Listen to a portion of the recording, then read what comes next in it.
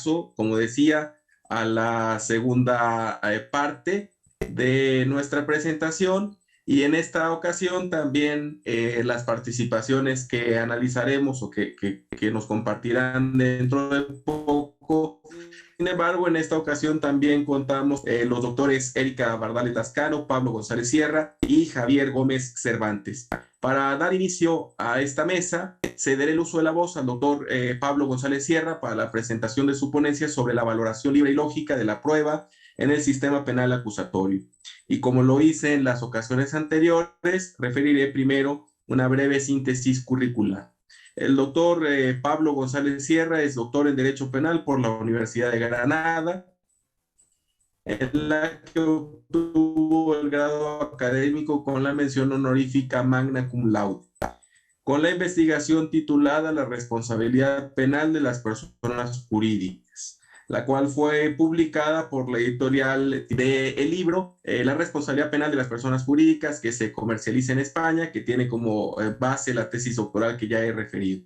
Además, cuenta con el grado de maestro en Derecho por la Universidad de Guanajuato y cursó los estudios de maestría en impartición de justicia penal en la Universidad Iberoamericana sede León.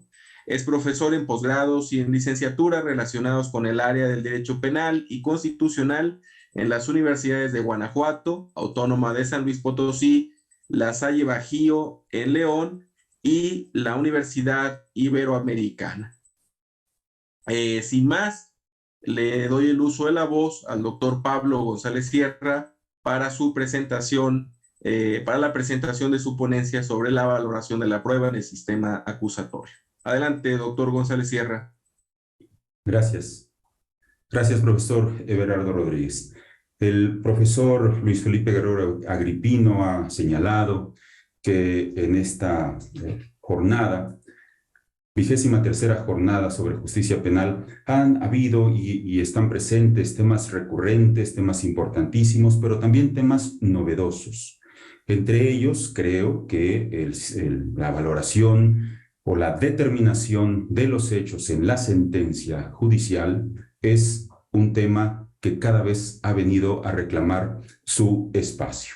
Eso es de lo que vamos a hablar el día de hoy, sobre si la valoración de la prueba respecto de la sentencia de los hechos es libre o no lo es. Debo de primero agradecer la invitación a estas importantísimas jornadas por parte del profesor Luis Felipe Guerrero Pino y del profesor Astraín Bañuelos. Me siento realmente... es un honor estar presente y que me pueda estar escuchando mi maestro, el profesor Sergio García Ramírez, a quien admiro tanto, a quien quiero tanto y quien nos ha enseñado mucho. También a la doctora Olga Islas de González Mariscal, de quien he recibido muchos aprendizajes. Y agradezco desde luego el honor de estar en estas 23ª jornadas sobre justicia penal, orientaciones para una política criminal integrada en el sistema mexicano. Como lo había señalado, el tema sobre la determinación de los hechos en la sentencia judicial creo que es un tema novedoso. Toda decisión judicial se fundamenta en dos decisiones, creo yo, que son diferentes en cuanto a contenido y en cuanto a sistema: la quaestio facti y la quaestio iuris. Siendo la quaestio facti la determinación de los hechos, una de las cuestiones más importantes, si no es que la más importante, o en todo caso debe ser la primera que metodológicamente debe de considerar el juzgador para en forma posterior continuar con el quaestio iuris. La predicción de las decisiones, la controlabilidad de las decisiones, no solo en la cuestión jurídica, sino también en la cuestión fáctica, debe ser uno de los elementos que a partir de ya debieran considerarse como los orientadores en la enseñanza del derecho, así como en la formación de nuestros funcionarios públicos. No creo que esta declaración que estoy haciendo sea atentatoria contra la tradición. Para ello, puedo fundamentarme en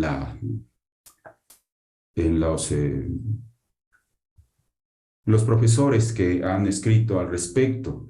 Para ellos, consideran que una dificultad fundamental, aunque no exclusiva, para predecir las decisiones judiciales, no solamente se centran en las cuestiones jurídicas, sino en la de los hechos que han de ser declarados como probados, como ya lo llamaba su atención en su momento Jordi Ferrer Beltrán, a la que le sigue también Marina Gascón Avellán, quien en su presentación se lamentaba que en la tradición jurídica romano-germánica, por lo menos, y yo lo avalo en gran parte de México, en Latinoamérica, los esfuerzos en el centro de las escuelas de derecho, de las facultades de derecho, se han decantado sobre todo para enseñar al alumno y para explotar y para investigar las cuestiones jurídicas, pero no así sobre las cuestiones, sobre la prueba judicial y sobre los hechos declarados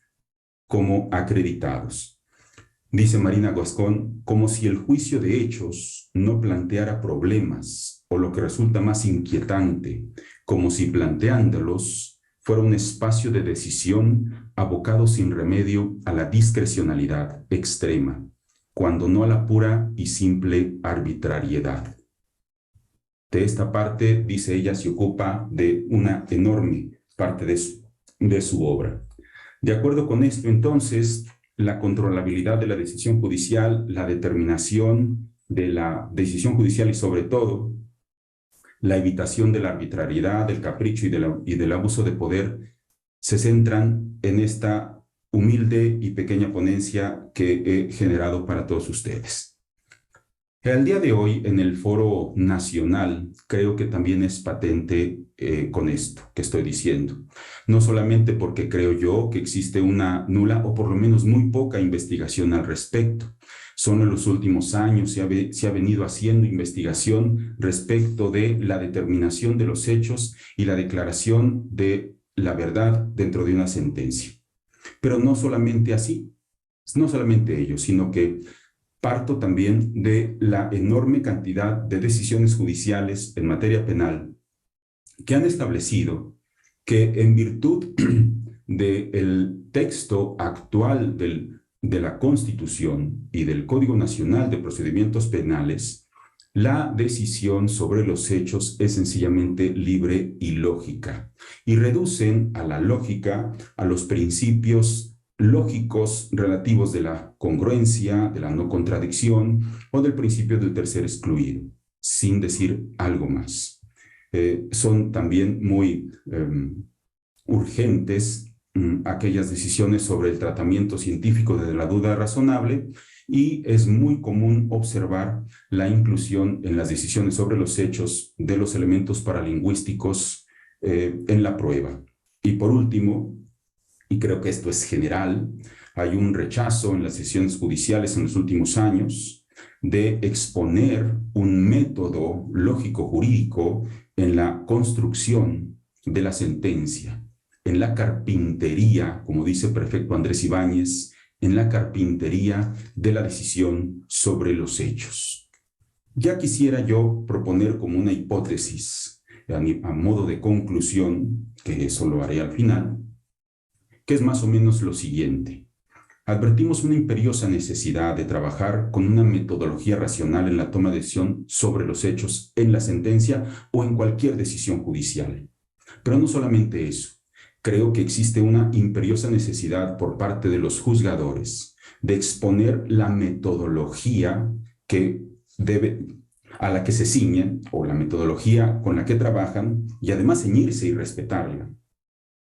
Y creo que también debe de ser para los operadores jurídicos y para el profesorado, para los docentes, establecer en el debate cuál o cuáles son las mejores metodologías en la obtención, en la decisión sobre los hechos, esto es, en la valoración de la prueba.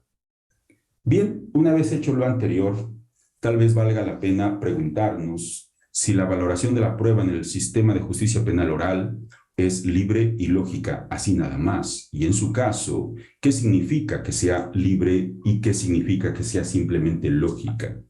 Desde luego que esto tiene un asidero en la fracción segunda del apartado A del artículo 20, que dice, en términos muy sencillos, que la valoración de la prueba es libre y lógica, mientras que el artículo 359 y 402 del Código Nacional de Procedimientos Penales habla o describe el trabajo o la metodología de los jueces, de los juzgadores en la sentencia como de libre convicción. Y en alguna otra parte dice que el tribunal de enjuiciamiento valorará la prueba de manera libre y lógica. Bien, una vez que hemos dicho esto, he de referirme que en algunas decisiones a nivel federal y a nivel local, los juzgadores simplemente establecen un rechazo a atender cualquier metodología de valoración racional, ciñéndose al texto constitucional y legal, diciendo que la valoración es libre. Sin embargo, creo yo que si la valoración es libre, así tal cual libre, como lo decía Luigi Ferrajoli, como un concepto negativo en donde no existen ninguna clase de ataduras o ligaduras legales, entonces en realidad es un criterio negativo de valoración. Pero si esto es así, si la valoración es en realidad libre, entonces si quisiéramos ser coherentes en la construcción del sistema, entonces también habría inexistencia de motivación o no exigencia de motivación en las decisiones, en virtud de que si la valoración de la prueba en la construcción de la sentencia es libre, entonces, ¿de qué sirve que el juez motive si en realidad su decisión es libre? Y ello traería también como consecuencia la inexistencia de recursos, en virtud de que si le decimos al juez que valore de forma libre la prueba, entonces podríamos decir que el juez no se equivoca y por lo tanto la no existencia de recursos. Y tendríamos, coherentemente con esto, un principio de inmediación robusto, fuerte, sin contradicciones. Tal sistema de libre valoración, inexistencia de motivación, inexistencia de recursos y un principio de inmediación fuerte y robusto, lo encontramos, me dicen, en el sistema anglosajón, en donde el jurado popular valora de forma libre, no motiva, no existen recursos y el principio de inmediación es fuerte y robusto. Pero yo creo que no es así, porque este sistema de valoración es irracional, porque la decisión sobre los hechos, en este caso, por parte del juez, no dependería del contexto probatorio. La persuasión, esto es, el convencimiento del juez, podría fundamentarse en cualquier cosa, menos en las pruebas. Y tendríamos el enorme traidor del sistema para aquellos jueces que son juzgadores serios y leales a la Constitución, lo que llamamos el sesgo de confirmación. Un juzgador que se aparta, que rechaza el método de valoración racional, estaría a merced del sesgo de valoración, por más serio, por más justo y por más leal a la Constitución que sea, porque cualquier indicio, cualquier información del contexto probatorio lo decantaría a favor de su perspectiva íntimamente tomada. Yo creo que no es así, y para ello, al final concluiré con algunas determinaciones de la primera sala de la Suprema Corte de Justicia y del Pleno. Yo creo que, aun y cuando la Constitución y el Código Nacional de Procedimientos Penales señalan en principio, que la decisión sobre los hechos en la sentencia es libre o que se tomará bajo el convencimiento del juez, en realidad no es así, sino que nuestra Constitución y nuestra ley exige una valoración racional de la prueba, en donde la decisión sobre los hechos, la determinación respecto de estos hechos están probados, depende del contenido probatorio, del contexto probatorio. Deja de lado la persuasión del juez. No importa lo que piense el juez, no importa lo que sienta el juez, sino lo que está comprometido en las pruebas y lo que metodológicamente debe de realizar una vez que se han producido en el juicio. Y la valoración racional evita o disminuye los límites irreductibles, por lo menos a límites irreductibles, el sesgo de confirmación. Yo he encontrado que la primera sala ha señalado, ha decantado, esto es, la doctrina constitucional de la Corte se decanta importantemente por la valoración racional de la prueba, no solamente porque de forma expresa así lo señala en algunas sentencias importantes en donde se comprometen con lo que ellos llaman la doctrina especializada, a la que me he estado refiriendo, Jordi Ferrer, Marina Gascón, Michele Tarufo, sino que ha expuesto algunas decisiones e incluso tesis de jurisprudencia que de manera muy sencilla, las que he recordado, quiero mencionar. En principio, la obligación de los juzgadores de realizar un análisis individual de la prueba, al distinguir pruebas de cargo y pruebas de descargo, y sobre todo aquellas que son pruebas de oídas, que no tienen ningún valor probatorio porque nada aumentan o disminuyen la aserción fáctica de la que están enarbolando cada una de las partes. Me refiero y aquellas que se refieren a la presunción de inocencia. Además tenemos por decir algo, el amparo directo, la sentencia del amparo directo 21/2012 de la primera sala, en la que realiza una, creo yo, muy interesante, muy importante disquisición sobre los testigos y sobre el valor que aportan en caso de que sean directos o no.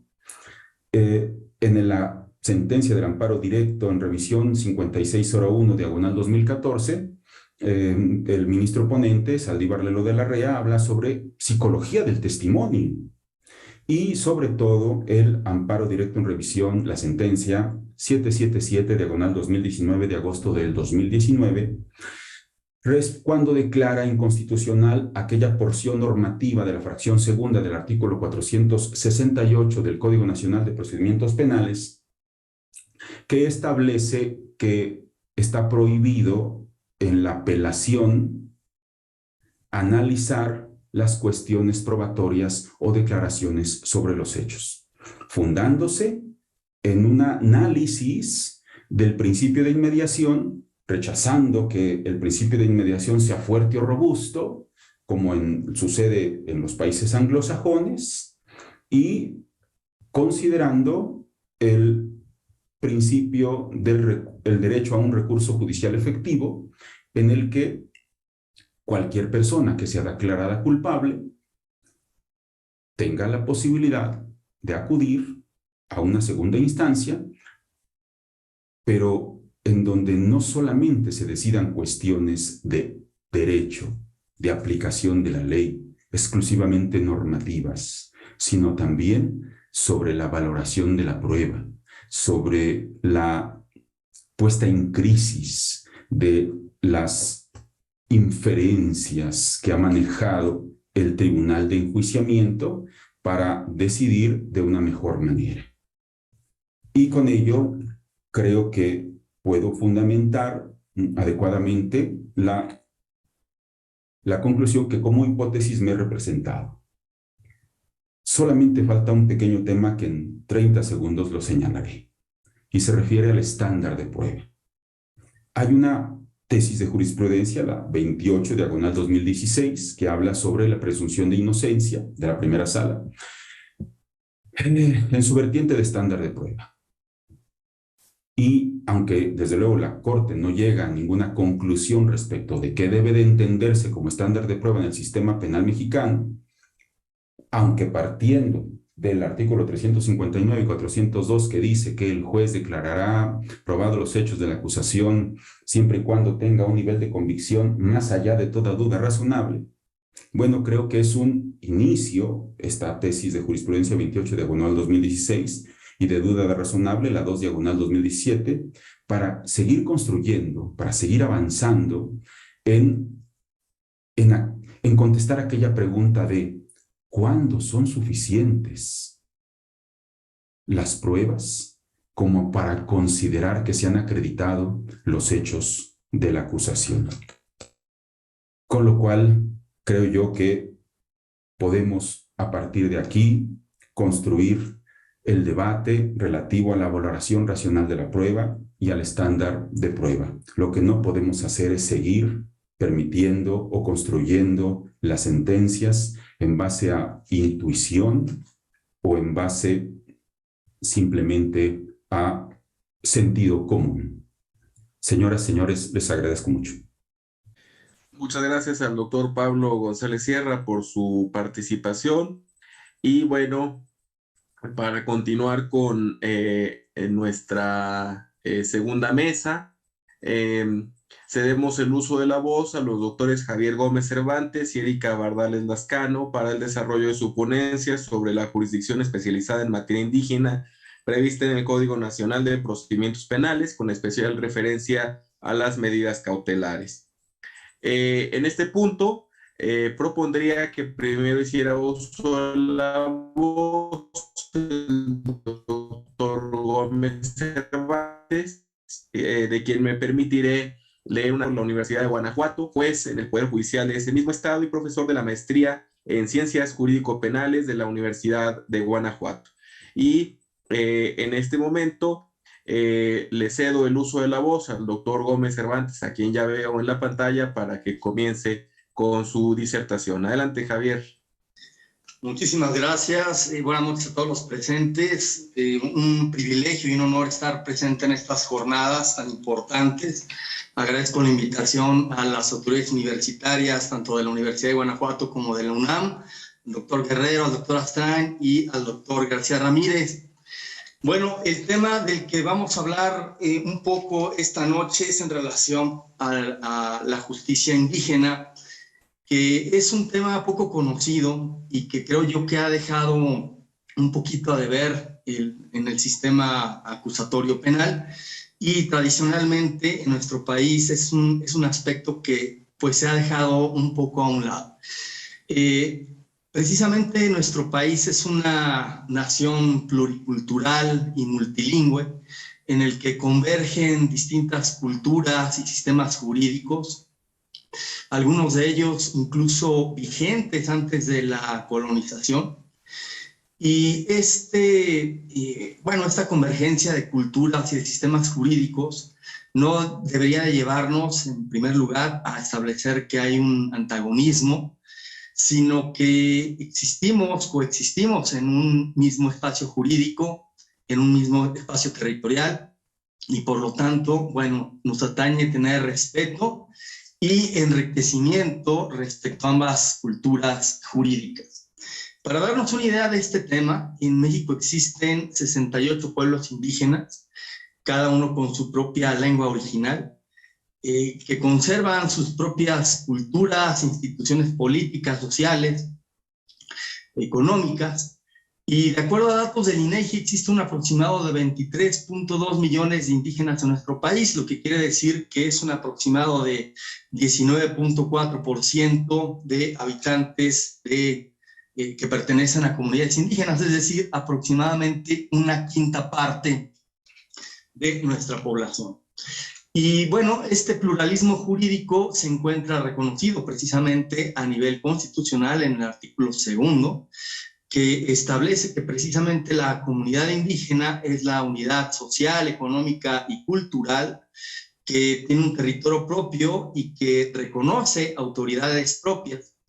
Y con ello, el artículo 2 constitucional establece dos cuestiones sumamente importantes. En primer lugar, garantiza la libertad de autodeterminación de las comunidades indígenas, con lo cual precisamente les da a ellos que solucionen los conflictos que tienen precisamente de acuerdo a sus propios sistemas normativos, es decir, mediante sus usos y costumbres que, bueno, pues ya son de mucho tiempo atrás.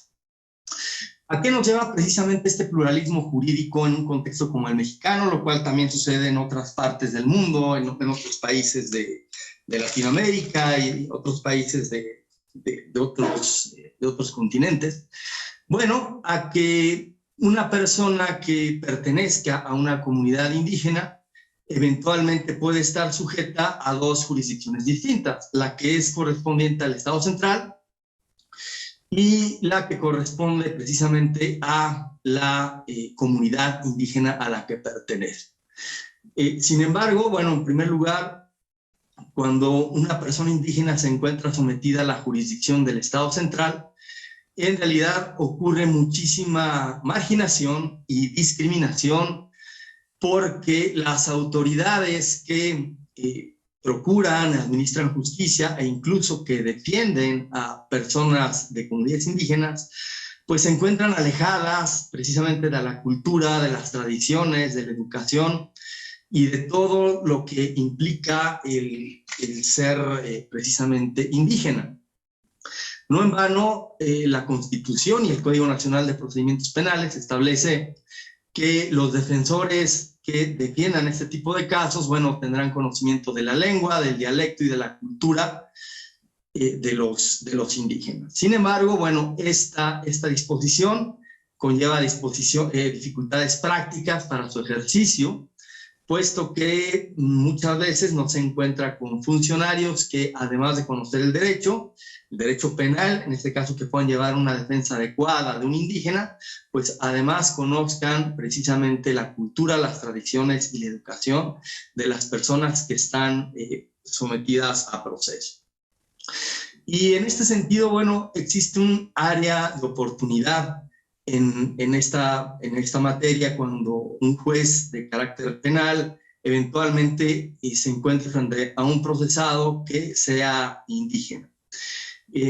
El artículo 220b del extinto Código Federal de Procedimientos Penales contiene una disposición que no aparece en términos similares en el Código Nacional de Procedimientos Penales, y a lo mejor estaría bien que se estableciera una discusión en el mismo sentido, porque el Código Federal de Procedimientos Penales establecía que cuando la persona procesada pertenezca a un grupo indígena, el juez se deberá llegar de pruebas periciales para ahondar en su personalidad y captar la diferencia cultural respecto a la cultura media nacional. Y este peritaje, bueno, pues es indispensable no solo para saber precisamente si la persona tenía conocimiento de la ley o los alcances precisamente de la ley, lo que en caso contrario quizá nos llevaría a establecer un error de prohibición en algunos supuestos, pero también cuando la persona sí conoce precisamente los alcances de la conducta delictiva, bueno, pues es sumamente importante que el juez conozca todo el panorama, cómo está la situación de la persona, a efecto de que la sanción que le imponga el Estado pues sea acorde a las necesidades de la persona indígena, porque hay una cuestión que no debemos nosotros pasar desapercibida, y es que muchas personas indígenas en prisión pues se encuentran en el contexto nacional una gran afectación a sus derechos humanos por parte de la autoridad, precisamente por esta divergencia cultural que existe,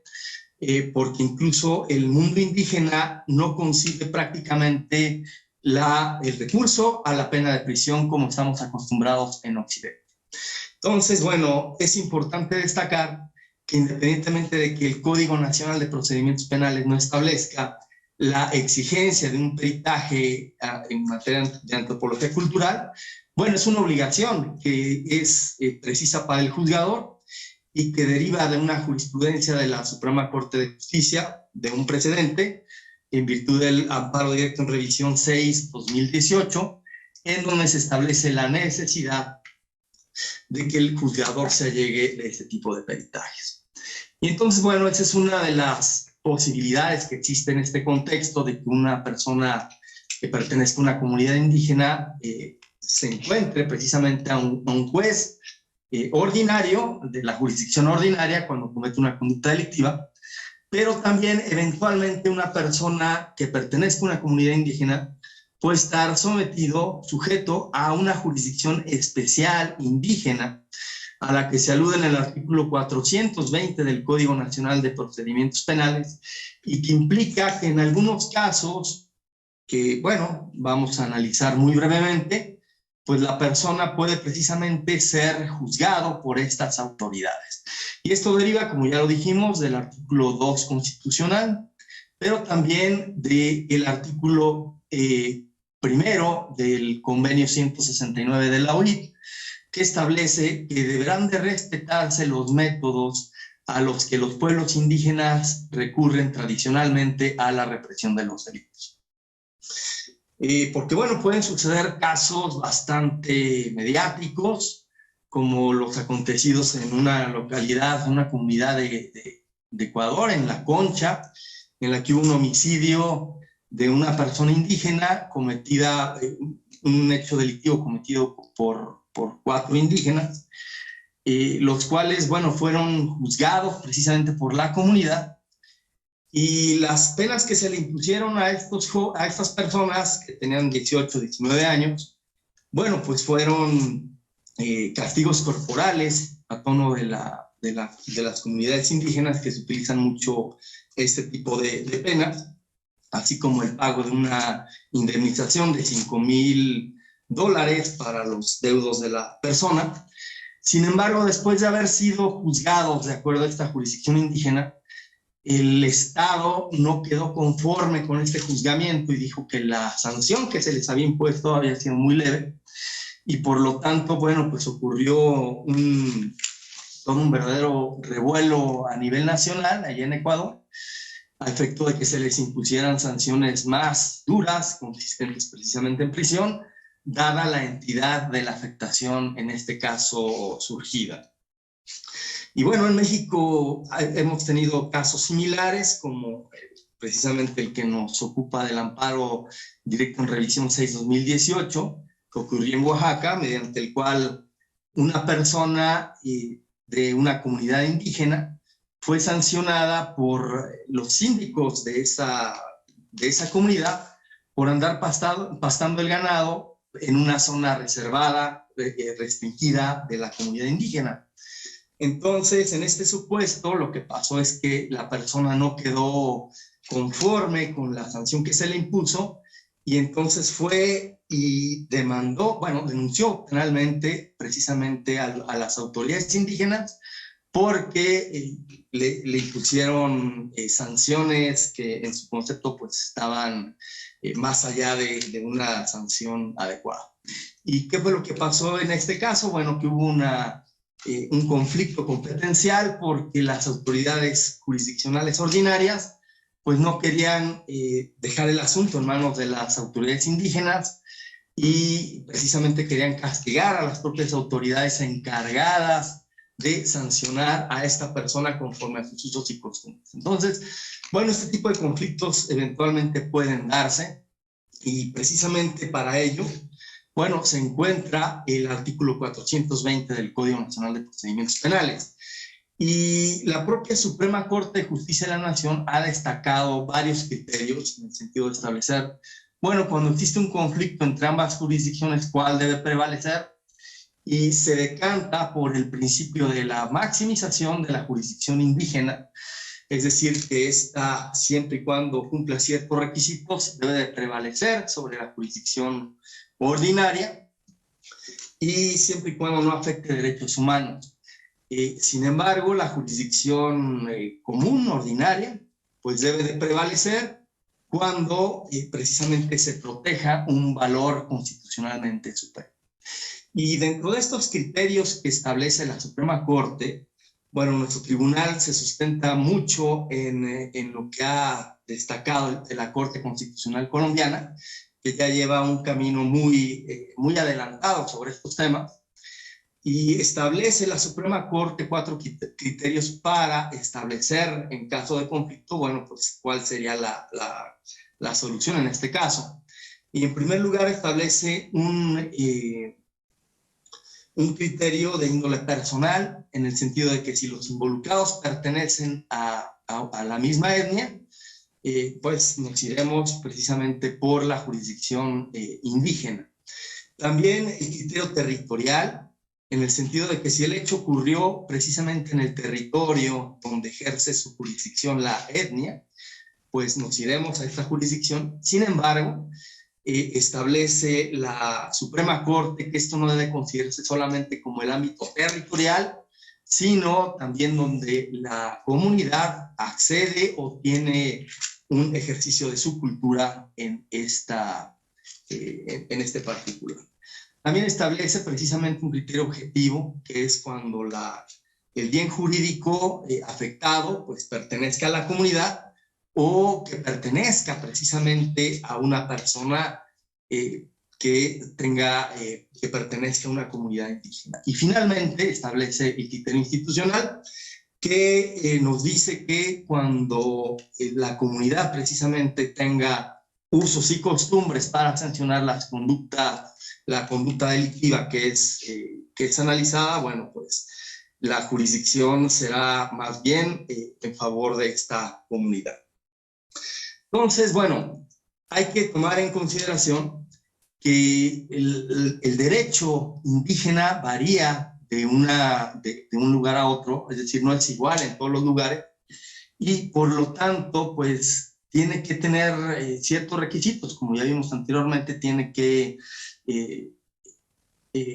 acceder a los derechos humanos, ser respetuosa de los derechos humanos, en cuyo caso, en caso contrario, bueno, en realidad no pudiera someterse una jurisdicción a este tipo de solución de los conflictos.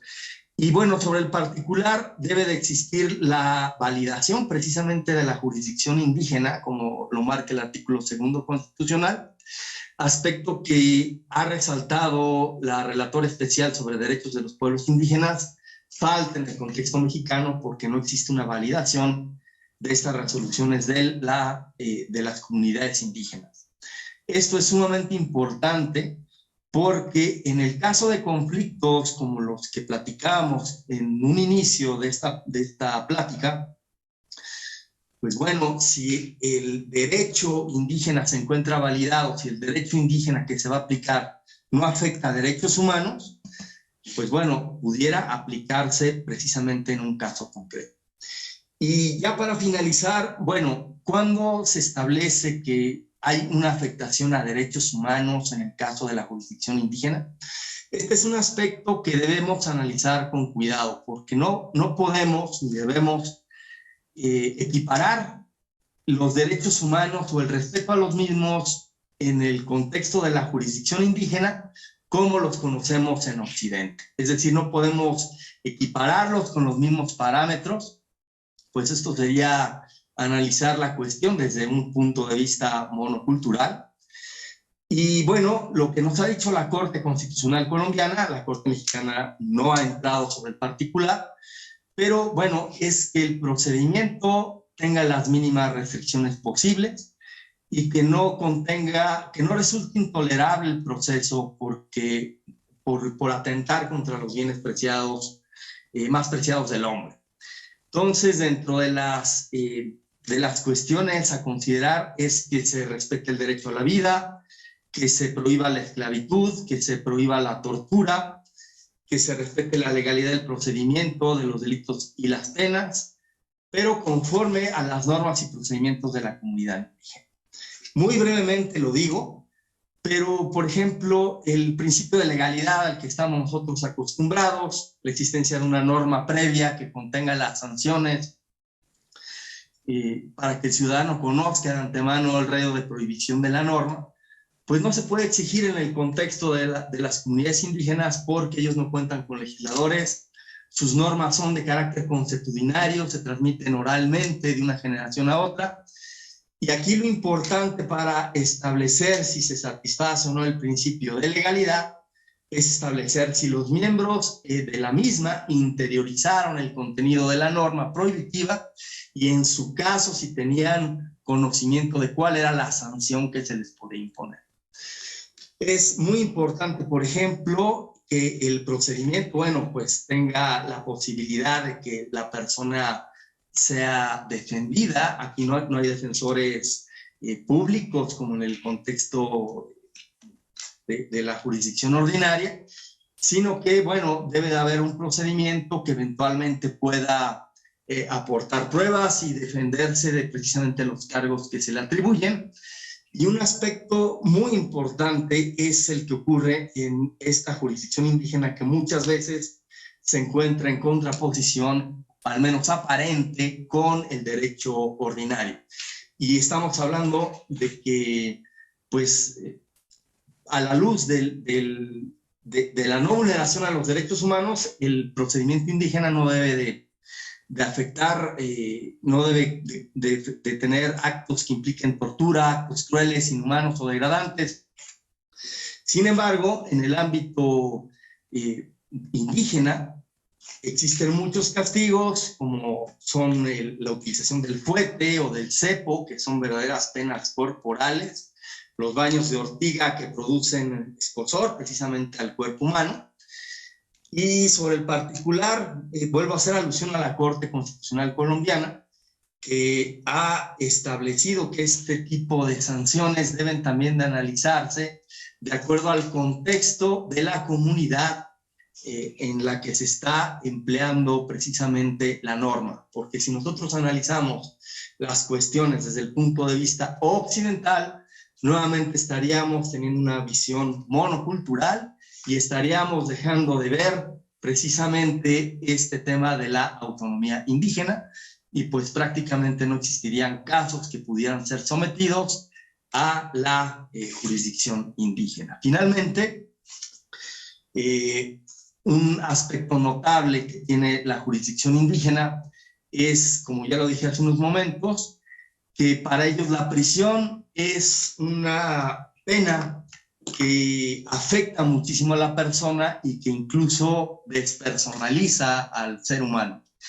Por lo tanto, en el derecho indígena existe, pero no tanto como en el derecho occidental, precisamente el uso de la prisión. Y bueno, si nosotros estamos más acostumbrados al uso de la prisión, ellos están más acostumbrados al uso de los castigos corporales, en lo que pudiera haber, pues, un diálogo cultural entre ambas culturas a efecto de que el sistema de sanciones en ambos casos, pues, pudiera adecuarse a un estándar mucho más respetuoso de los derechos humanos. Y bueno, prácticamente serían las cuestiones que venía a comentarles. Les agradezco muchísimo su atención y estamos aquí a la hora. Muchísimas gracias. Muchas gracias al doctor Javier Gómez Cervantes por su participación. Ahora le voy a ceder el uso de la voz a la doctora Erika Bardales Lascano, de quien me permitiré leer una breve síntesis curricular. La doctora Bardales Lascano es licenciada en Derecho por la Universidad Nacional Autónoma de México, maestra en Ciencias Penales por el Instituto Nacional de Ciencias Penales, el INACIPE, maestra en Sistema Penal Acusatorio por la Escuela Jurídica y Forense del Sureste, doctora en Derecho por la Facultad de Derecho de la UNAM, doctora en Ciencias Penales y Juicios Orales por la Escuela Jurídica y Forense del Sureste, doctoranda en Derecho por el Instituto de Estudios Superiores en Derecho Procesal Penal, máster en Práctica Jurídica por el Instituto Superior de Derecho y Economía de Madrid, y además es autora de las obras Guía para el Estudio del Sistema Penal Acusatorio de 2018 y de los medios alternativos de solución de conflictos y justicia restaurativa, teoría y práctica de 2017. Además es coautora del libro El Juicio de Amparo y el Sistema Penal Acusatorio, Casos Prácticos de 2017, en coautoría con los doctores Cuauhtémoc Vázquez González de la Vega y Esteban Arcos Cortés. Sin más, le cedo el uso de la voz a la doctora Erika Bardales para que proceda con su ponencia. Adelante, doctora. Muchas gracias, buenas tardes tengan todos y todas. Les agradezco mucho el favor de su atención y por supuesto quiero iniciar agradeciendo sentidamente y con mucho, de verdad, mucho cariño al doctor Sergio García Ramírez, quien es mi mentor, lo quiero, lo admiro, lo respeto y de verdad es un ser de inspiración. Por supuesto a la doctora Olga Islas de González Mariscal, al doctor Luis Felipe Guerrero Agripín, al maestro Eduardo Rojas Valdés y a el doctor Leonardo Eduardo Astraín Bañuelos, que son quienes hoy me ayudan y me dan la confianza para poder encontrarme este día con ustedes y poder participar. Y por supuesto le agradezco también profundamente a todos mis colegas que previamente me han anticipado en el uso de la voz y que su participación ha sido maravillosa.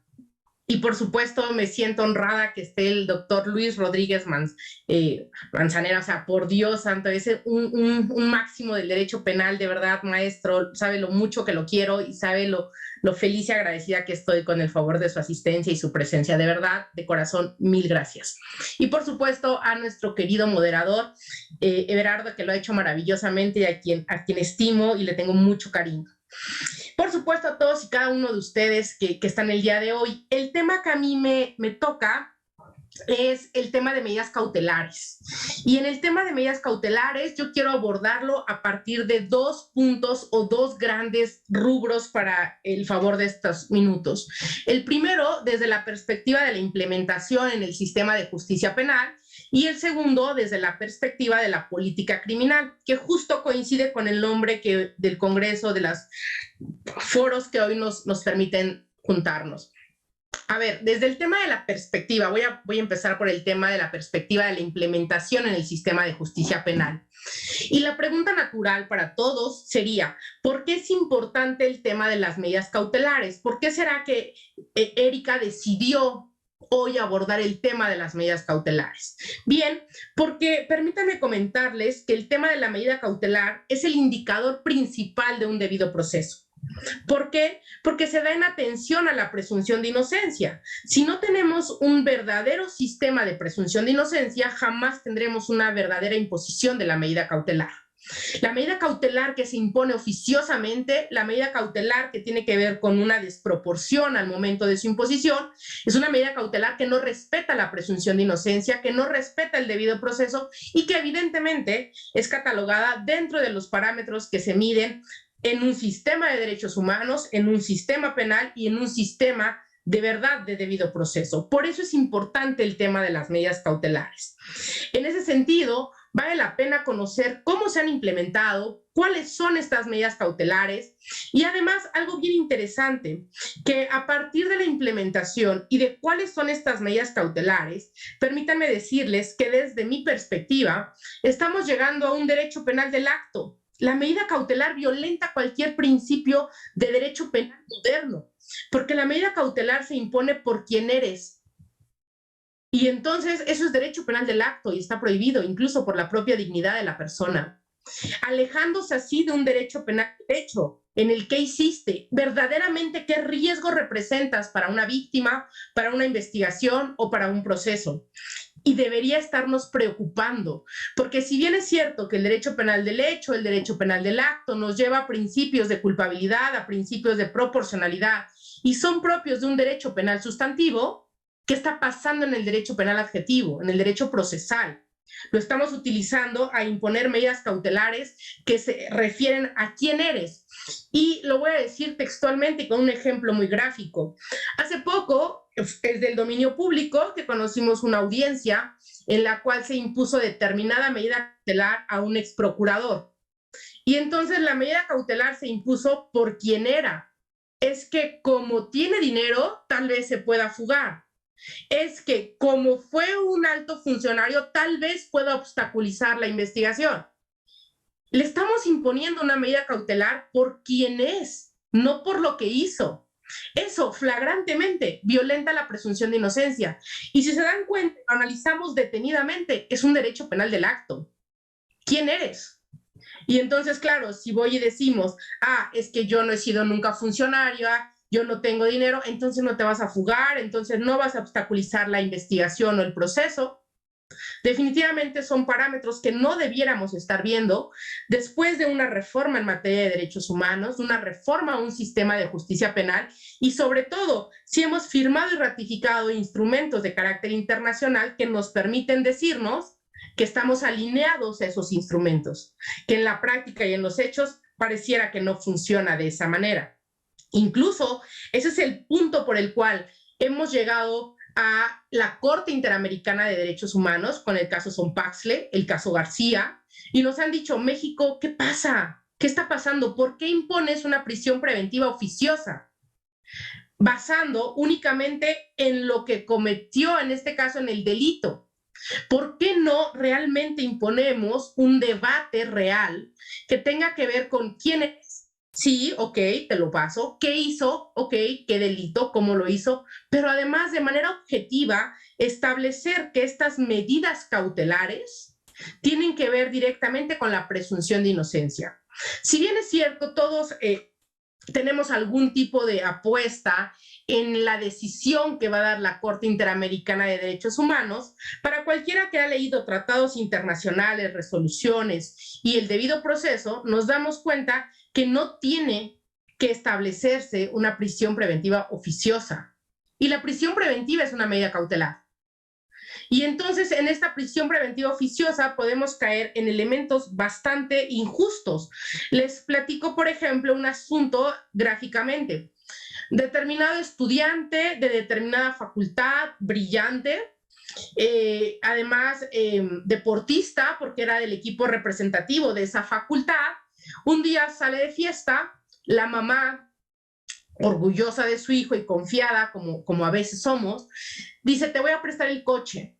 El hijo, responsable, dice, no, yo no voy a tomar porque mi mamá me prestó el coche y quiero regresar temprano a la hora que me dijo y no quiero por ningún motivo que me vaya a quitar después el auto. Incluso si lo hago bien, tal vez me lo siga prestando.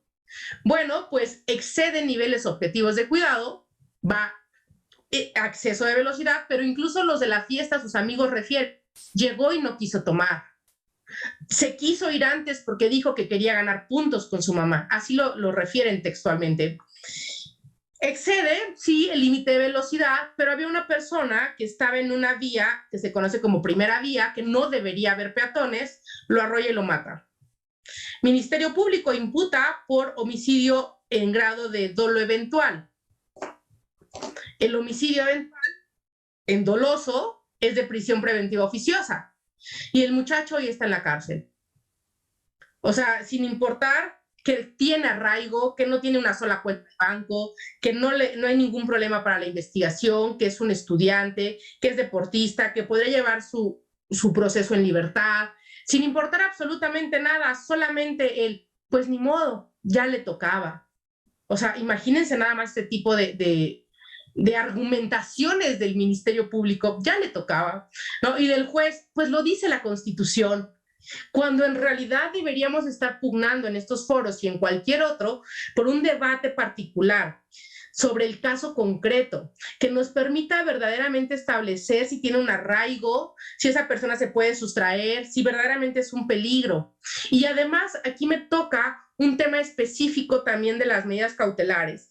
Me gustaría que ustedes reflexionaran junto conmigo que en el tema de la medida cautelar se habla de actos futuros de incierta realización.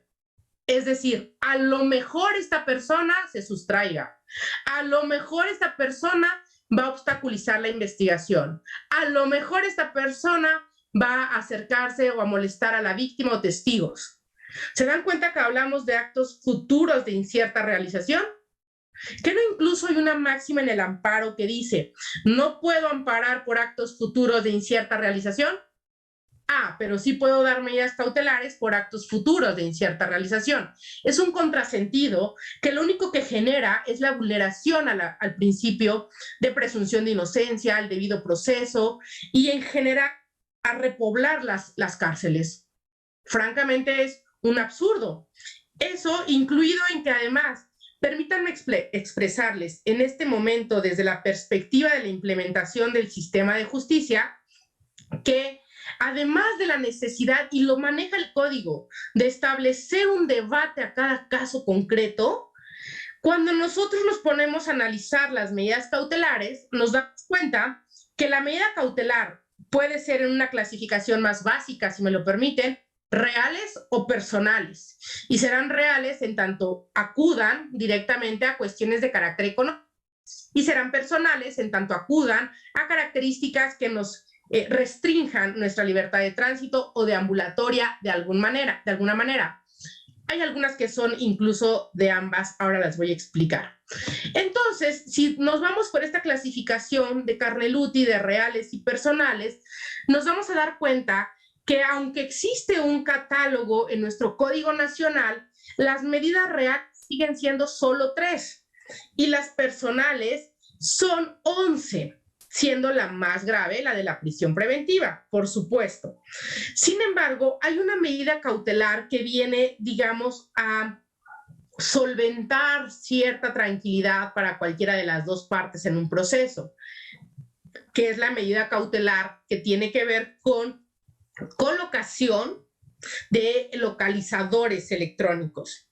Es que te coloquen esta pulsera, que te coloquen este espectro magnético que te permita no salir de determinada circunscripción con esta pulsera. En realidad, partamos de la idea de que todo gobierno local o federal debería tener la posibilidad de que una vez que se ha debatido sobre el caso concreto, poder otorgarle a la persona esta pulsera o esta tobillera de localizador electrónico. Sin embargo, ¿qué pasa en la vida real? En la vida real, el gobierno te dice, no tengo localizadores electrónicos. Y, o sea, tendría que ser una carga el tener que decir, espérame, o sea, como no tienes localizadores electrónicos, entonces la medida cautelar que sigue es la prisión preventiva justificada. Porque tu gobierno no tienes localizadores electrónicos. La verdad es un absurdo, es completamente un absurdo.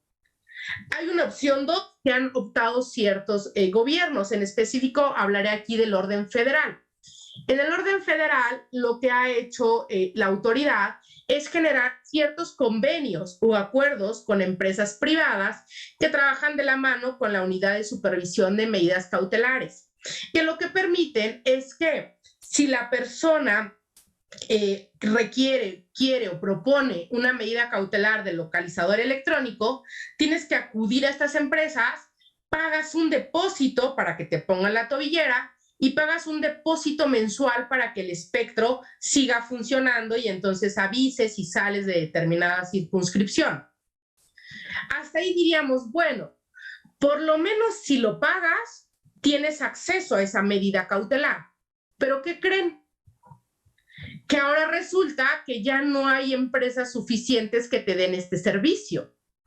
Y entonces llegamos al punto tal en el cual decimos, ¿y qué hago? O sea, ya estoy dispuesta a pagar la renta y el depósito de ese brazalete. Pues sí, pero no hay brazaletes, la empresa solo son 2 o 3 y entonces no tienen. Entonces tendrían que criminalizar a prisión preventiva justificada. Me parece otro absurdo peor, a pesar de que el ciudadano ya ha aceptado pagar ese gasto. Y les pongo un ejemplo terrible, como Campeche, que me disculpo, pero es el que traigo ahora a la mente. Campeche no tiene brazaletes electrónicos y tampoco tiene convenios con empresas que puedan ofertar el brazalete electrónico en caso de que el justiciable quisiera pagar.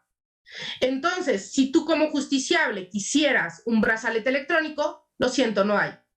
O sea, el Código Nacional de Procedimientos Penales en el tema de medidas cautelares, al momento de implementar, es un fracaso, porque me parece que es la medida cautelar que podría ser una decisión ecléctica que le dé seguridad a las fiscalías, le dé tranquilidad al justiciable y al órgano jurisdiccional una imposición en equidad y justicia. Pero si no lo tenemos, entonces ¿de qué sirve tenerlo en la ley? Es como si la ley dijera, todos tienen derecho a ser millonarios e inteligentes. Sí, gracias. Ahora dime cómo. ¿Me explico? O sea, es un contrasentido real, donde si se evalúa solamente la norma es correcta, la norma dice localizadores electrónicos. Podría llegar a ser un justo medio, pero al momento de la ejecución, de la operatividad, no está funcionando, no funciona. Ese es un grave problema en el tema de la implementación del sistema de justicia penal. Voy a decir solo 3. Ese es el primero que me parece. El segundo que me parece es respecto de las medidas reales. Claro, como buen defensor o buen estudioso del debido proceso, lo que buscas en una medida cautelar real, pues es que te impongan la real en lugar de la personal, porque la personal siempre es más fuerte que la real. Y entonces en la real buscas efectivamente garantizar con esta garantía económica que se da. Pero vale la pena pensar, ¿y qué determina? ¿Cómo se evalúa? ¿Cómo se decide qué medida cautelar real? ¿Cuál es el monto? Y entonces el Código Nacional nos dice que para determinar estas medidas cautelares, el juez debe considerar las características del imputado, su capacidad económica, la posibilidad de cumplimiento de las obligaciones procesales a su cargo, de suerte que el monto que estime represente en el proceso que el imputado se abstenga de cumplir sus obligaciones. En ese sentido, ¿qué significa? A lo mejor para una persona obrera, trabajadora, de salario mínimo, le impones una medida cautelar de 10,000 pesos y es una fortuna. Pero tienes que hacer análisis, porque si se lo impones a una persona que tiene a lo mejor una profesión, un salario más alto, propiedades, ¿qué medida cautelar le vas a imponer a él? De suerte entonces que, ojo, y es un problema que hemos tenido mucho en la implementación, a veces, y ya hay jurisprudencia y ni así la toman en cuenta, es que la medida cautelar real, económica, deberá estar garantizada por la persona, sus ingresos, su capacidad económica, no, y repito, no por la reparación del daño. La medida cautelar real no es para la reparación del daño. De suerte entonces que aquí lo que hemos visto en la práctica jurídica es que también le hace falta mucho a las defensas, porque llegan a argumentar medidas cautelares sin elementos probatorios que permitan decir, ¿quién es Everardo Rodríguez? ¿Cuánto gana? ¿A qué se dedica? ¿Qué propiedades tiene? ¿Con cuánto a lo mejor él dice, no, yo no me vado del país porque voy a perder mi trabajo de todos mis años? Me quedo aquí y enfrento un proceso. Es decir, no nada más tenemos que hablar de que falta el debate del caso concreto, sino que también le falta a la población profesionista, juristas, propiciar ese debate, generar el debate de quién es esta persona. Tercer elemento que he visto en la implementación, cuando la defensa pide el plazo para el cierre de la investigación, el órgano jurisdiccional, a petición del Ministerio Público, determina medidas cautelares. Ojo, repito, ojo, estas medidas cautelares se llaman anticipadas. ¿Por qué son anticipadas? Y verdaderamente las regulamos en el Código Nacional en el 154, cuando me tocó participar en su redacción. ¿Por qué? Se denominan anticipadas porque se anticipan a la imposición procesal. La imposición procesal real de una medida cautelar es después de vinculado a proceso, porque ya fijaste el hecho. Entonces, como aquí me están pidiendo el periodo de cierre de la investigación, ¿qué tiene el órgano jurisdiccional? Solo tiene la formulación de una imputación y la petición de una vinculación, nada más, e impone medidas cautelares. Está bien, pero ojo, cuando regresamos del periodo de cierre de la investigación, resulta ser que el órgano jurisdiccional en algunas o la mayoría de las ocasiones ya no quiere debatir medidas cautelares. Dice, las que se impusieron, espéreme, su señoría, cuando usted impuso esa medida cautelar, solo había escuchado al MP. Yo pedí un periodo de cierre de investigación. Ahorita usted ya nos vinculó a proceso, pero hay elementos que han cambiado. Ya me escuchó a mí. Ya a lo mejor desahogué algún medio de prueba si la medida cautelar era personal. Ya tiene más elementos en la mesa. ¿Por qué la medida cautelar debería permanecer si esa fue anticipada? De suerte entonces que debemos provocar, y así lo digo, provocar el debate en audiencia inicial cuando hemos sido vinculados a proceso y hubo un periodo de cierre de un periodo de situación jurídica de las 144 horas, de decirle al juez, volvamos a la medida cautelar, porque cuando usted la decidió, el debate solo escuchó al MP, solo tenía la historia del MP. Hoy tiene también mi historia, tiene a lo mejor mis medios de prueba que desahogué y tiene una decisión que usted ya determinó, que es medida cautelar. Y entonces tenemos dos tipos de medidas cautelares. La medida cautelar anticipada, que es antes de vincular a proceso y solo por el periodo de las 144 horas, y solo ese término dura. Y otra medida cautelar procesal, que esa se pretende que dure todo el proceso a menos que se modifique por la instrumentalidad, y es después de vincular a proceso. Y en la práctica profesional no decimos nada. No, ya se debatió que continúan las mismas medidas. Y de entonces hemos llegado al punto de decir, no pidas la duplicidad del artículo 44, porque si te imponen prisión preventiva justificada, va a permanecer, cuando no debería de ser así. Esos son los tres, el tiempo apremia, son los tres puntos que yo quería tocar con ustedes de medida cautelar. Ahora pasaré al segundo aspecto de estos minutos, que es desde la perspectiva de la política criminal. Ojo, cuando se dio la reforma en el 2019, donde se aumentó el catálogo de delitos de prisión preventiva oficiosa en nuestra Constitución, en el segundo transitorio de ese decreto se dijo que se daban 5 años para evaluar si estaba funcionando el sistema de justicia penal acusatorio, los mecanismos alternativos y la prisión preventiva, justificada u oficiosa, en general las medidas cautelares. Si eso fue en el 19, 20, 21, 22, 23, en el 24 se cumple. Y es un problema que no hemos visto ni tampoco, y de verdad estoy metida en todo el ámbito académico, no he visto que se esté haciendo algo. Y qué grave, porque entonces tendríamos la posibilidad en el 24 de dar un análisis, una evaluación de cómo se ha llevado el tema de implementación del sistema, de los mecanismos alternos y de las medidas cautelares, en específico esta de la prisión preventiva. Y yo no he observado que exista una organización gubernamental o no gubernamental, incluso académica, que diga, necesitamos ver qué pasa, que hay que contratar, que hay que establecer, que hay que capacitar, que hay que difundir, que hay que mejorar en tecnología. ¿Cuáles son los indicadores que deberíamos medir? No he visto absolutamente nada de eso. Y entonces va a llegar el 2024 y, pues bueno, ya la Corte dijo algo, la Corte Interamericana dijo algo, y ahí como el porras, poco a poco, ¿no? En lugar de estar planeando la política pública. La política pública se planea. Cuando se creó o participé en la creación del Código Nacional, siempre lo tuvimos claro. El Código Nacional era un esperanzador. O sea, yo espero que así se implemente. Yo espero que así funcione. Yo espero que esto jale. Evidentemente es solo esperanzador, pero después viene el tema consolidación, donde un juez nos va a decir, hay un problema porque no estamos viendo el tema indígena. Un litigante nos va a decir, hay un problema, no estamos viendo la valoración de la prueba. Y otra persona nos va a decir, hay un problema, no estamos viendo las policías. Y qué sé yo, esa es la consolidación. Para entonces llegar a un tercer punto, que es la evaluación.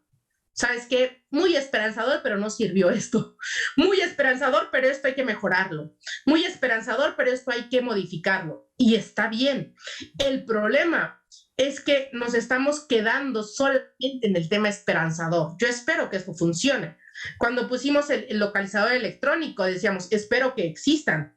Hoy en la consolidación no existen.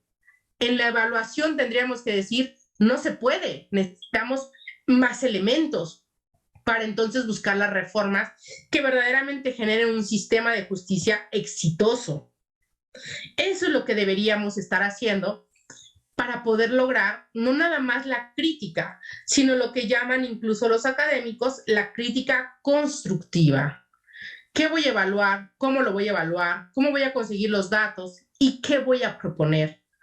Eso es lo que me parece que podría ser un gran resultado de estos foros, de esta difusión, de estas jornadas, y qué más que tengo aquí 160 personas, imagínense, 160 mentes pensando, ideando, seguramente haríamos cosas buenas, bien y siempre mejorables, pero bien hechas. Y por supuesto, me sumo siempre a lo que diga mi querido Sergio García Ramírez y mi querido Luis González Manzanera. Por supuesto que sí, ¿no? Y invito, exhorto y propongo como conclusión, porque ya me pasé del tiempo, que juntémonos para ver qué vamos a medir, cuáles van a ser los indicadores, qué datos y qué vamos a proponer. Porque todos podemos criticar la justicia, pero de verdad, lo último que quisiéramos es ser sujetos de justicia, porque qué miedo. Muchas gracias. Gracias a todas y todos. Agradecemos a la doctora Erika Bardales por la ponencia que acaba de compartirnos. Y bueno, como lo hicimos con la mesa número 1, pues el debate en el chat del aula virtual ha sido muy intenso. Entonces voy a plantear algunas preguntas que el público ha hecho a los ponentes. Y como lo hice en la ocasión anterior, comenzaré por el orden cronológico en el que cada uno presentó su participación. Voy a aprovecharme quizá un poco del rol de moderador que me ha sido conferido para plantearle una pregunta al doctor González Sierra en relación con su ponencia sobre la valoración de la prueba. Y me gustaría que comentara algo en relación con esta polémica que se tiene sobre cuál es el estatuto de los enunciados sobre los hechos, si el rol de los enunciados sobre los hechos en la sentencia es meramente declarativo o bien es constitutivo, y si esto fuera el caso, entonces, ¿cómo podríamos entender esta dicotomía, por ejemplo, en función de la prueba y la verdad y en función de las características que, por ejemplo, Kelsen le daba a la sentencia judicial y por último, a la distinción quizá hartiana entre la definitividad de una sentencia y la infalibilidad de la misma? Gracias, profesor. Es usted muy aprovechado, pero trataré de contestar mi perspectiva. Mire usted, desde mi perspectiva, los enunciados que son considerados por la sentencia como acreditados o probados, desde mi perspectiva son eminentemente declarativos, con lo cual tienen la posibilidad de predicarse de ellos, de ser falsos o de ser equivocados. Con ello deconstruimos o desconstruimos también el edificio conceptual que distinguía aquella dicotomía relativa a la verdad procesal y a la verdad real o de los hechos. Creo que el juzgador en un sistema de valoración racional puede equivocarse. Cuando el juzgador dice en su sentencia, estos hechos están acreditados, es una declaración que surge como resultado de una metodología aplicada a los hechos que están colocados en el contexto. Pero una vez que lo dice, no significa que esos hechos sean verdad. O en todo caso, que estén reflejados en la sucesión histórica de los hechos, de tal manera que pueden ser falsos. Pero una vez que decimos esto, significa que, desde mi perspectiva, el proceso penal, y creo que cualquier proceso, no aspira a la obtención de una verdad absoluta, porque eso es imposible, ni siquiera en las ciencias exactas es posible. Creo yo que la falibilidad de las decisiones judiciales es propia de cualquier actividad humana y así debe de plantearse. Es lo que pienso, profesor. Muchas gracias, doctor González Sierra. Y ahora el público asistente me plantea una pregunta para el doctor Javier Gómez. Le preguntan lo siguiente: ¿el uso del castigo corporal no implica la tortura? Muchas gracias. Bueno, desde una concepción occidental como la nuestra, la que estamos nosotros acostumbrados, obviamente que es un castigo corporal, como el ejemplo que tenemos, por ejemplo, del muchacho mexicano que introdujo alcohol al Mundial en Qatar y que la pena correspondiente creo que son 30 latigazos en una plaza pública. Bueno, desde una cosmovisión occidental, por supuesto que sí, pero desde una visión precisamente indígena es probable que no. Y esto lo digo porque, bueno, las costumbres indígenas se parecen en algunos casos a las que nosotros estamos acostumbrados, pero en algunos otros casos no. Y las mismas comunidades saben en muchos de los casos cuál es la consecuencia jurídica que se puede imponer cuando sucede una conducta delictiva. Para esto, bueno, deseo manifestar que precisamente en la jurisdicción indígena no existe una división incluso de materias como nosotros, de que tenemos una materia civil, penal, administrativa, sino que, bueno, simplemente se trata de resolver un conflicto. Y entonces, si esa es la forma en la que solucionan el conflicto, aquí lo importante es precisamente esto que les platicaba hace un momento, que se validen las resoluciones de los tribunales indígenas para ver hasta qué punto, qué procedimiento de esa naturaleza puede ser vulneratorio de derechos humanos o qué procedimiento puede ser acorde precisamente a sus costumbres.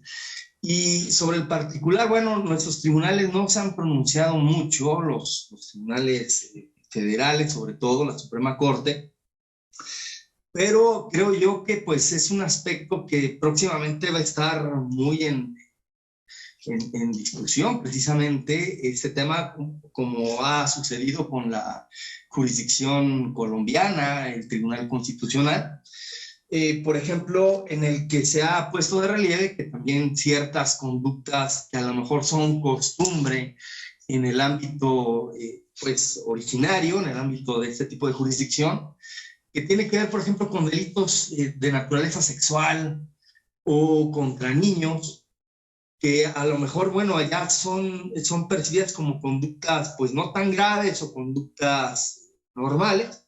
Bueno, desde luego que ese tipo de comportamientos no deberían de ser sujetos a esta jurisdicción originaria, sino que por la trascendencia del bien jurídico, pues este tipo de actos también, o sea, son necesariamente del conocimiento de la jurisdicción ordinaria. Incluso el artículo 420 del Código Nacional de Procedimientos Penales también limita, por ejemplo, no solo en estos casos, sino también cuando se trata de delitos de prisión preventiva oficiosa, la jurisdicción indígena, es decir, que tiene que tener cabida necesariamente la jurisdicción ordinaria. Entonces aquí, bueno, sí hace falta, creo yo, un diálogo mayor, precisamente entre la jurisdicción ordinaria y la jurisdicción indígena, para aprovechar lo mejor de ambas, de manera de que la forma alternativa de resolver los conflictos, como es propia de la jurisdicción indígena, pues se implemente en mejor medida en el ámbito de la justicia ordinaria y que en aquella jurisdicción, bueno, pues ciertas conductas atentatorias de derechos humanos se atemperen y se impongan otro tipo de castigos. Muchas gracias.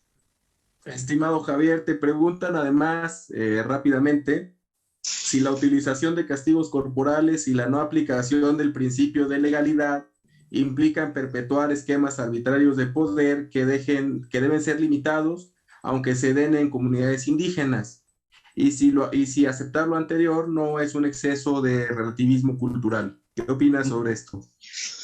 Muchas gracias. Bueno, creo que precisamente el artículo 2 constitucional es el que nos da la pauta en este sentido, y de que pues se debe precisamente de respetar el derecho de las comunidades indígenas a resolver los conflictos desde su perspectiva. Y esto pues en algunos casos pueden ser para nosotros, desde el punto de vista del derecho occidental, pues difíciles de conceptualizar porque tenemos una costumbre, una visión y una educación en un determinado sentido. Pero desde luego que, por ejemplo, bueno, pues no podemos exigir a la jurisdicción indígena que cuente con leyes escritas.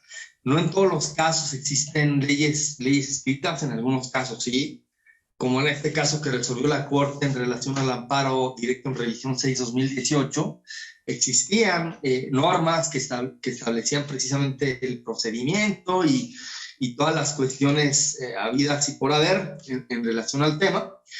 Pero bueno, en muchas comunidades las normas precisamente, bueno, se transmiten de una generación a otra por medio de la tradición. Y entonces, bueno, esto sería precisamente respetar la cosmovisión y la cultura indígena. En un supuesto que nosotros no estuviéramos en ese tenor, pues creo que se estaría vulnerando el artículo 2 constitucional. Y en lo que yo más bien hago hincapié es en la necesidad de que los operadores jurídicos del sistema ordinario, vaya, pues tengamos más acercamiento precisamente a la cuestión indígena. Como punto de referencia ya final, hago alusión a lo que está sucediendo en Oaxaca.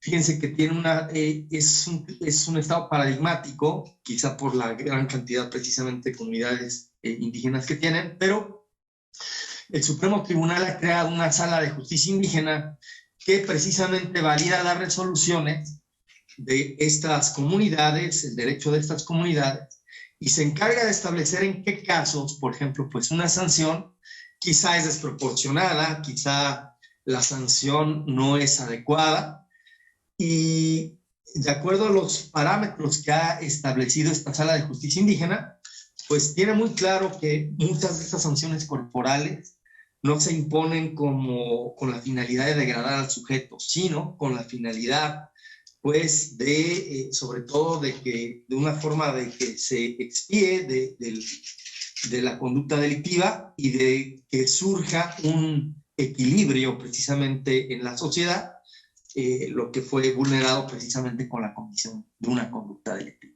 Muchas gracias. Muchas gracias, Javier. Voy a tratar de ser rápido porque hay muchas preguntas para la doctora Bardales. Y si las hiciera todas, quizá colaboraría que el doctor González Sierra, al juicio sobre el hecho del doctor González Sierra de que soy aprovechado. Entonces voy a plantear las más breves. Espero que se puedan contestar todas. Pero le preguntan cuánto cuesta un geolocalizador electrónico para ser utilizado como medida cautelar en México. No sé si tenga la información, doctor. Por supuesto, y seré puntual. Depende si la empresa tiene convenio en el orden federal o en el orden local. En el orden federal aproximadamente dejas 15,000 pesos de depósito y pagas 6,000 cada mes por la geolocalización e informe a medidas cautelares. En el orden local me ha tocado que los precios oscilan más o menos entre 5 y 8,000 pesos de depósito y por el monitoreo entre 3 y 4 por cada mes. Muchas gracias. Le como contrainterrogatorio, muchachos, puntual. Le preguntan además si México cuenta con medios económicos para garantizar el uso de brazaletes económicos y si se cuenta con los medios para tener una existencia suficiente de dichos instrumentos. Bien, primera respuesta. ¿México cuenta con los medios económicos? La verdad es que no tiene dinero, es muy malo porque tampoco lo ha destinado y entonces nos pasamos quejándonos como, perdón por la expresión, estoy en la máxima casa de estudios, libertad de cátedra, nos manejamos como a Magdalenas o Lloronas, ay, es que la prisión preventiva, ay, es que cómo le van a hacer, ay, es que sí, nos quejamos en todos los foros, pero es momento de decir soluciones, solución de verdad, con el presupuesto que se le da a justicia, debería destinarse un presupuesto para tener esta tecnología, estos brazaletes. ¿A quién? El artículo 105 del Código Nacional de Procedimientos Penales es muy claro. La unidad de supervisión de medidas cautelares y suspensión condicional del proceso es un sujeto procesal.